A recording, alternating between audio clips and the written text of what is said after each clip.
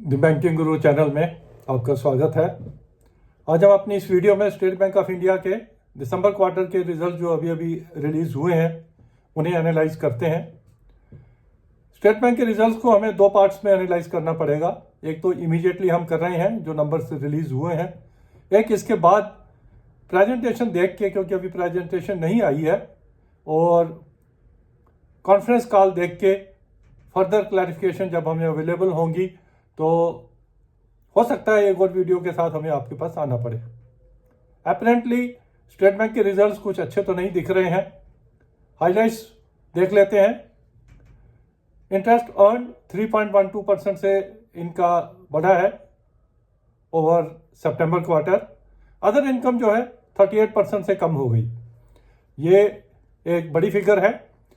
पिछले क्वार्टर में 15,270 करोड़ की इनकम थी इनकी अदर इनकम, अभी है 11,040 करोड़। तकरीबन 38% की रिडक्शन है अदर इनकम में, जो कि काफ़ी हैवी पड़ रही है इन रिजल्ट्स के ऊपर। और उसका मेन कारण जो है ट्रेजरी इनकम में रिडक्शन है। अब अभी रेट कट्स शुरू नहीं हुए हैं, उसकी वजह से हो सकता है ट्रेजरी इनकम इनकी कम हुई हो। रेट कट्स शुरू होंगे तो ये फिगर इम्प्रूव हो सकती है। ट्रेजरी इनकम जो लास्ट क्वार्टर में थी 5,371 करोड़, इस बारी मात्र 843 करोड़ है। मीनिंग देयर बाई 4,500 करोड़ का जो डेंट है इनका ट्रेजरी इनकम में ही आया है। इंटरेस्ट एक्सपेंडिड अगर देखें तो 5% के करीब बढ़ा है। इनकम बढ़ी 3.12%, expenditure 5.16%, that's also not great. Operating expenses 4.85% से बढ़ गए एंड द टोटल एक्सपेंडिचर 5.07% से बढ़ा है। क्योंकि अदर इनकम कम हुई तो ऑपरेटिंग प्रॉफिट भी तकरीबन 25% से कम हो गया। लास्ट क्वार्टर में था 29,293, 29,293 crore, and this time it is 23,550 crore. Operating profit 25% से कम अगर बैंक का होगा तो रिजल्ट्स को भाई अच्छा तो नहीं मानेंगे, whatever the reasons are. अब प्रोविजंस भी इन्होंने 3,594 करोड़ से कम की है।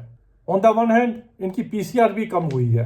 दैट मीन्स ऐसा भी नहीं है कि there NPAs slippages are fully provided for और इनको प्रोविजन की जरूरत ना हो। लास्ट क्वार्टर का इनका जो पीसीआर था 75.66 था, अभी हो गया 74.66। तो प्रोविजंस जो कम हुई हैं ये भी मैच नहीं कर रही हैं पीसीआर के साथ। The tax provision also 708 crore से कम हुई है।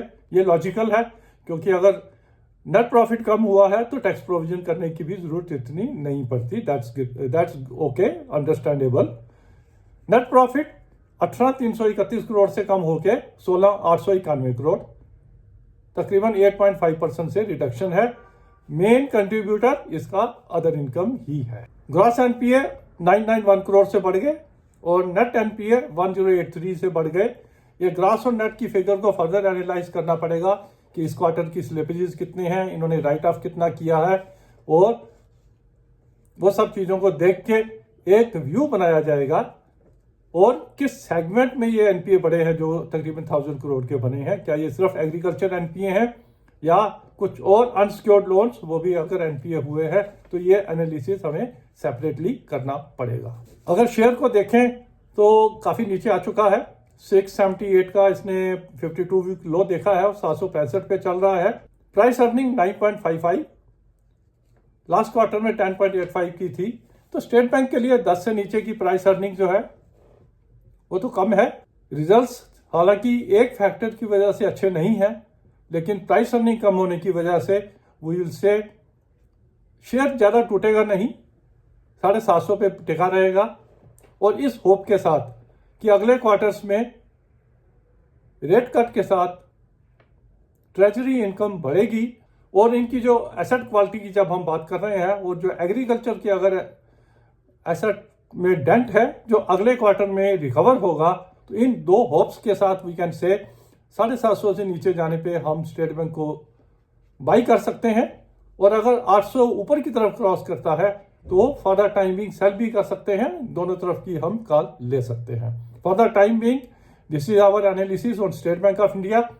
We'll wait for the presentation and get back to you if we get some more clarity on so many other things. Thank you.